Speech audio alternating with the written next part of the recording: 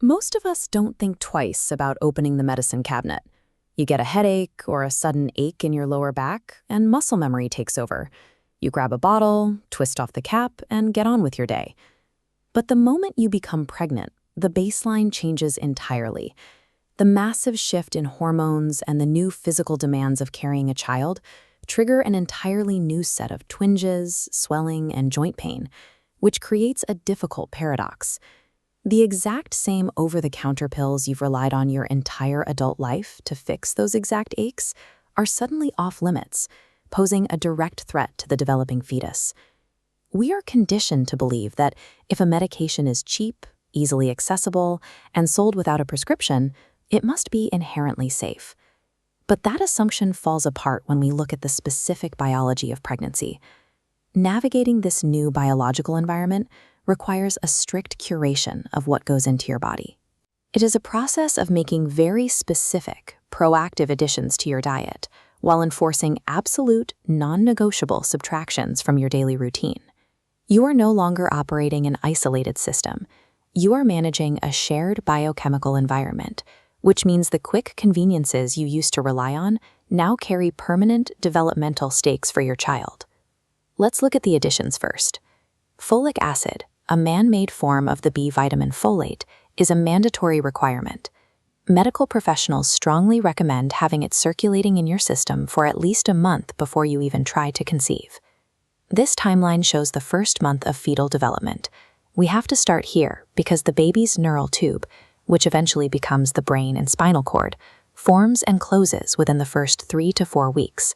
That window often slams shut before a person even realizes they are pregnant. This chart tracks the daily recommended intake during that early period. To build that foundational nervous system, a mother needs a continuous supply of 400 micrograms of folic acid every day, which steps up to 600 micrograms by the 4th month. Failing to meet that daily chemical threshold leaves the neural tube vulnerable. It might not close correctly, heavily increasing the risk of severe structural failures like spina bifida, where the spinal cord or vertebrae remain incompletely developed. But the data also shows an incredible layer of protection. Consistently hitting that daily folic acid target slashes the risk of these severe brain and spine defects by 50%, and in some high-risk cases by up to 70%. You can hit this specific microgram quota through a daily prenatal vitamin, but you can also reinforce it right in the grocery store. A single serving of heavily fortified breakfast cereal or natural sources like lentils and dark leafy spinach deliver the exact numbers you need. Success depends on hitting precise chemical thresholds to secure the foundational raw materials required to construct a human nervous system. On the other side of the equation are the reactive subtractions.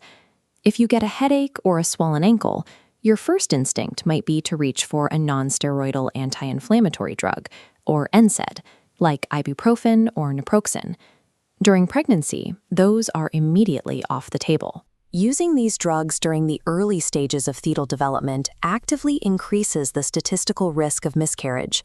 Research also points to a potential link to early complications within the baby's developing heart and gastrointestinal system.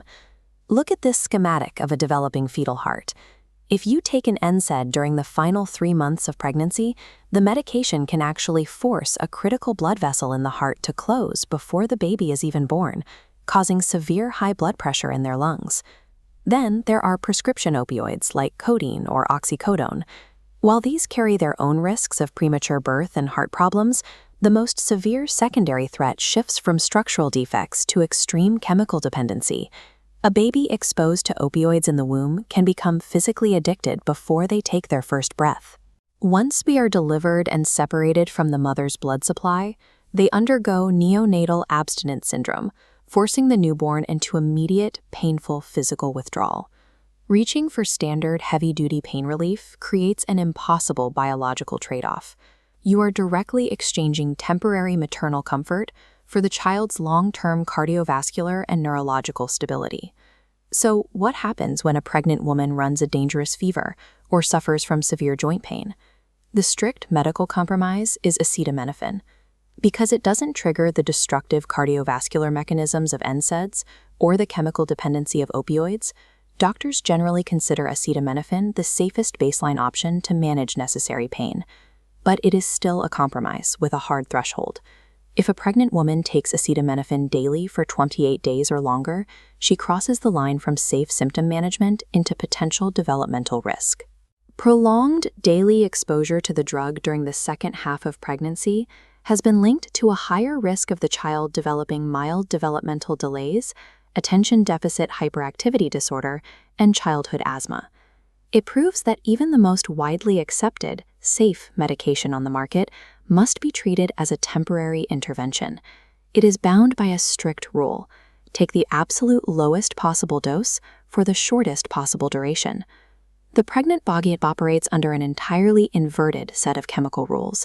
The standard logic of quick fixes and easy symptom management completely fails here.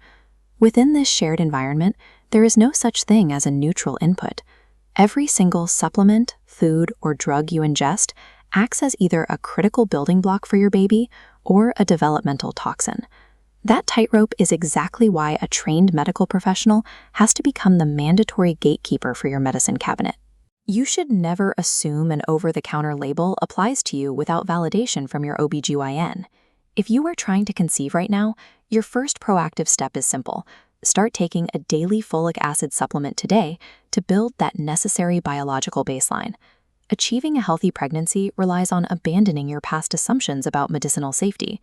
You have to actively engineer your body's new chemical environment, one careful decision at a time.